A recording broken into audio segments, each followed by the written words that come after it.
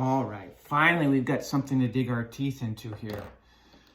If we're asked to graph one full cycle or one period of y equals negative 3 sine 2x minus 4 pi plus 3, the first thing I would ask you to do is factor out the 2 so that our coefficient of x on the inside of the parentheses is 1.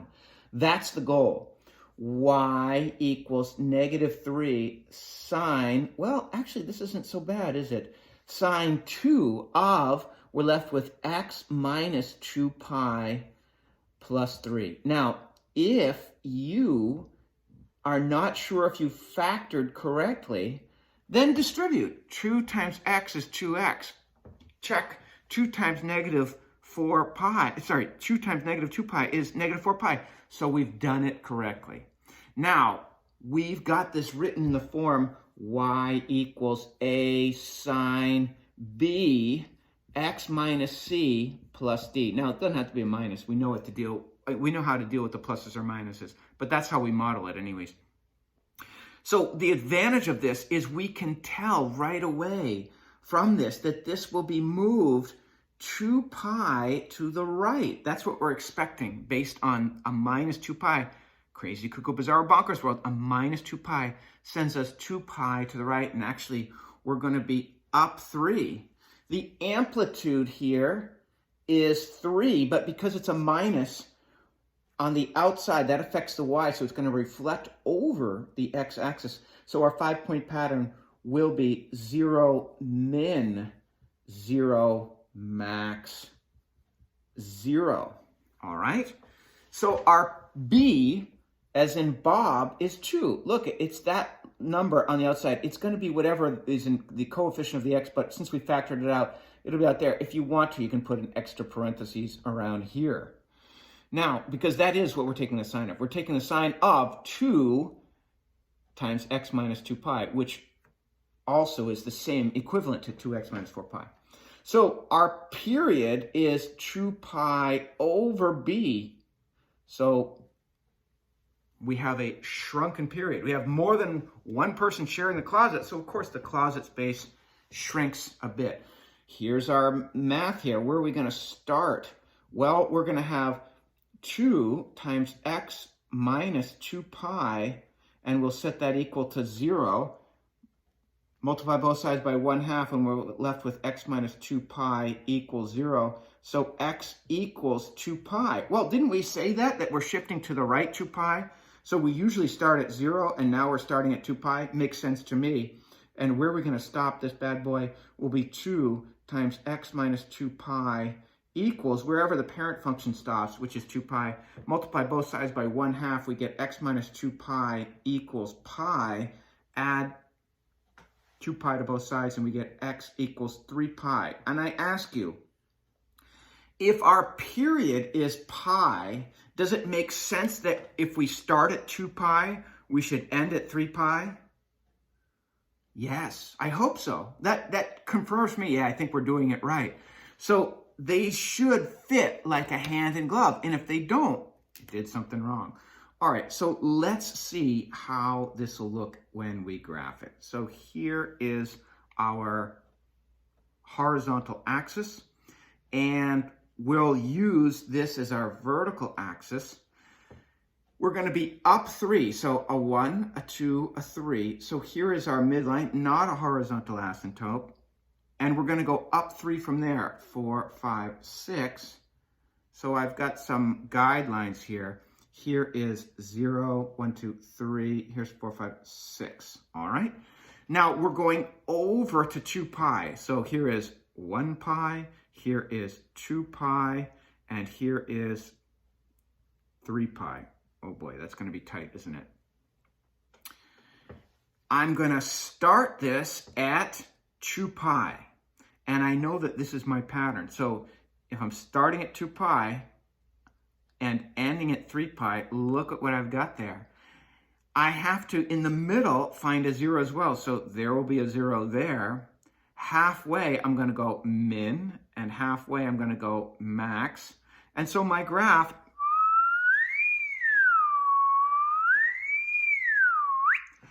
now, I made it a little tight here, but Not so bad. 3 pi comma 3, that's easy. This one is 2 pi comma 3.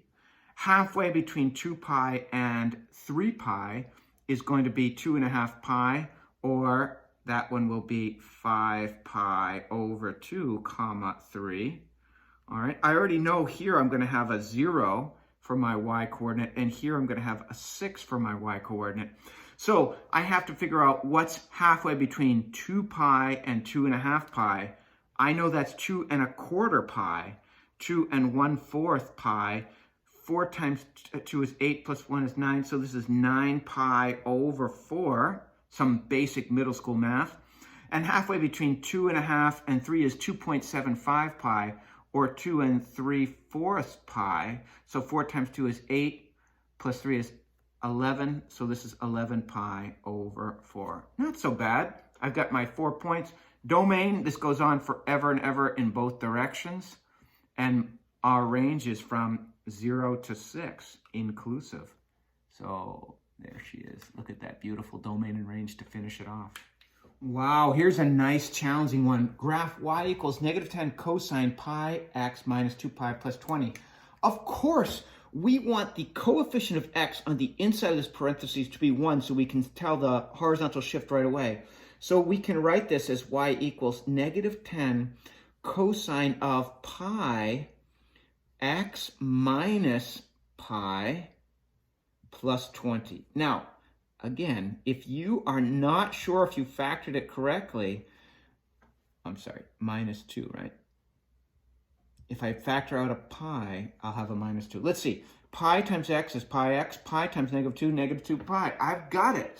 So our amplitude here is going to be 10 because we have a minus on the outside. That's a reflection over that horizontal axis.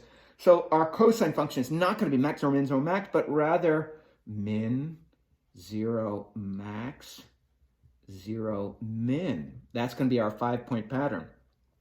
Our b, I'm looking right here, is pi. So our period will be 2 pi over b, which will be 2, don't freak out, that means 2 radians. Our d is up 20, so that's where our midline will be. And take a look here. I can already tell you we're going to shift right to. So where do we start? Usually we start at 0. So pi times x minus 2 equals 0. Multiply both sides by 1/pi. We get x minus 2 equals 0. So x equals 2. Well, if we're shifting to the right 2, we should be stopping at 2. If our period is also 2, if I'm starting at 2 and I'm going forward for 1 full cycle 2, I should finish at 4. Let's see if the math bears that out. Stop. Period. Pi x minus 2 equals wherever the parent function stops, 2 pi. So multiply both, or divide both sides by pi, or multiply by 1/pi, and we'll get x minus 2 equals 2. Add 2 to both sides, x equals 4. By golly, it's exactly what I thought it would be. All right. So we're up 20 and our amplitude is 10. So we just have to prepare for that correctly. All right. If I draw this down here and I say this is 10 and here is 20 and here is 30, that should do it. And this is our midline, not a horizontal asymptote, at y equals 20. We are starting at 2 and we're ending at 4.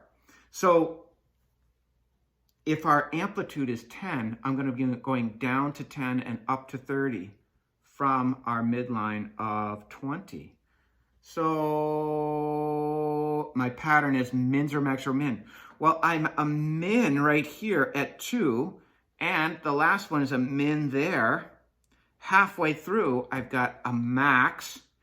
Between these two, I've got a midline, and halfway between my max and my min, I've got a midline point.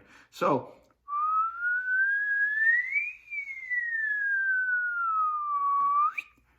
all right, let's name these 5 points. This is over 4 up 10. Here is over 2 up 10.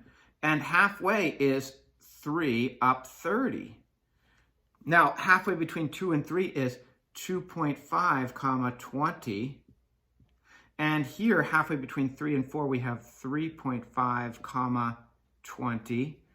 Our, you know I love it, domain is all real numbers, because I've just drawn one cycle, but this continues on and on, on and on, on and on. And our range will be from 10 to 30.